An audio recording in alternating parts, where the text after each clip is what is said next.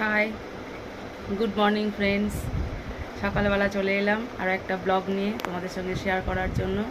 তো অপর্ণা ব্লগ @চ্যানেলে তোমাদের সবাইকে স্বাগত জানালাম। তোমরা সবাই নিশ্চয়ই খুব ভালো আছো, সুস্থ আছো। আমিও ভালো আছি, সুস্থই আছি। সকাল শুরু হয়ে গেছে অনেকক্ষণ, এখন 9:45 বাজে। এখন থেকে আমার ব্লগটা শুরু করলাম।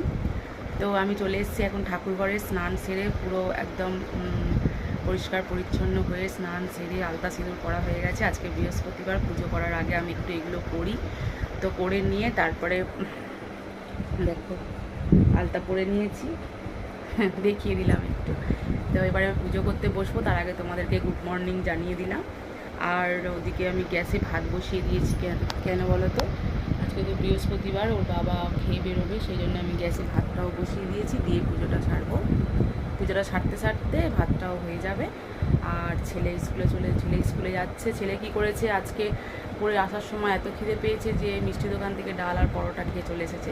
এসে বলছে, মা পেটটা ভার, আর ভাত খেতে পারবো না। অ্যাকচুয়ালি এত তাড়াতাড়ি ভাত বসানোর কারণ ও স্কুলে যাবে বলে, নাহলে 10টার সময় ভাত বসালেও হয়, ওর বাবা 11টা সাড়ে 11টায় যায়, হয়ে যায়।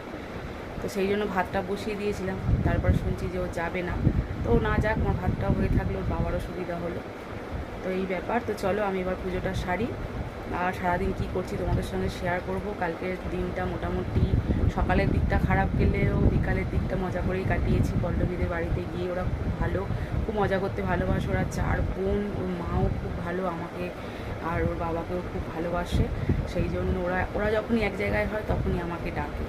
আমি যাওয়ার চেষ্টা করি, অনেক সময় যাওয়া হয় না, আবার যাওয়ার চেষ্টা করি একটু টাইম পাস করতে, যাতে মনটা ভালো থাকে, মানে ভালো লাগে আর কি ওদের বাড়িতে যেতে। তো সেই জন্য গিয়েছিলাম, বেশ সুন্দর কেটেছে। আসতে তো রাত হয়ে গেল, ভিজে ভিজে এলাম, বিদ্যুৎ চমকাচ্ছি, বজ্রাঘাত সবটাই তোমাদের বলেছি। সেই একটু বৃষ্টিটা কমতে চলে এসেছি, কিন্তু রাস্তায় বিদ্যুৎ চমকাচ্ছি, বৃষ্টিতে ভিজেও গেছি। তো সব কিছু মিলেমিশে খুব ভালো হয়েছে। তো আজকে সকাল হয়ে গেল, সকাল থেকে শুরু করলাম আমার ব্লগটা। তোমরা আমার সঙ্গে থেকো, আমার পাশে থেকো সবসময়, তাহলেই হবে। তো চলো কাজ শুরু করে দিই। সকাল থেকে যা যা করার সব করে নিয়েছি, ঘর মোছা, বাসন মাজা, যা যা করার সবার যা থাকে আমারও তাই আছে, করে নিয়েছি, নিয়ে পুজো ঘরে ঢুকেছি। তো চলো এবারে পুজোটা সারবো।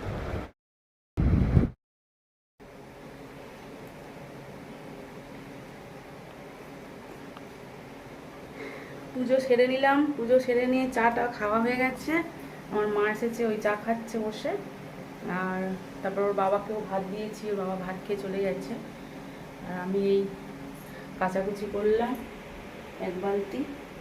চলো এটা ছাদে গিয়ে মিলে দিয়ে আসি।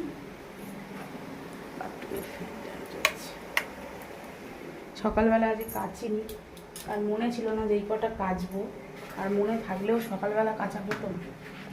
তোমরা জানো যে আমি সকালবেলা এতটা সময় পাই না যে সকালবেলা কাচবো, তাই জন্য একটু বেলায় সব কিছু কাজবাজ হয়ে গেলে কাচি। তো তাই করলাম। লাল জিনিস সব রোদে দিতে ইচ্ছা করছে না, কেমন যেন একটা গন্ধ হয়। শুকনো জ্বালন ছিল গো, কালকের আবার ভিজে গেল, তুলে নিয়ে যায়নি। এই যে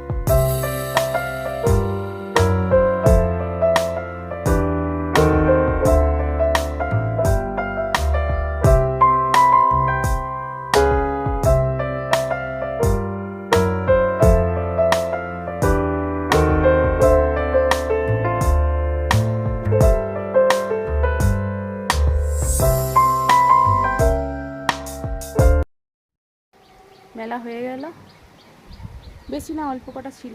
বাবা এত রোদ দাঁড়াতে পারছি না।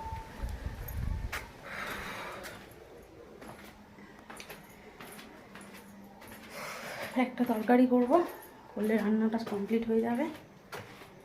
দই আছে ফ্রিজে কালকেকার, দই দিয়ে মা ভাত খাবে, আমিও একটু খেয়ে নেবো, ব্যাস হয়ে যাবে। ছেলে স্কুলে চলে গেছে।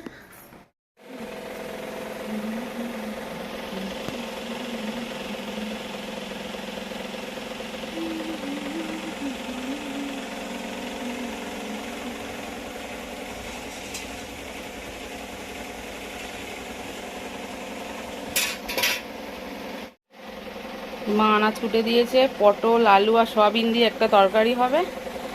দই আছে খাবো বললাম। আর কুট্টুর মাংসটা প্রত্যেকদিন ফ্রিজে থাকে, আগে থেকে বার করতে মনে থাকে না, বার করে জল দিয়ে রাখলে তবে মাংসটা বার করা যায়। কড়া বসিয়েছি, তেল দেবো আর রান্না শুরু করবো। কুট্টু, কুট্টু, ওই এ কুট্টু, এ কুট্টু।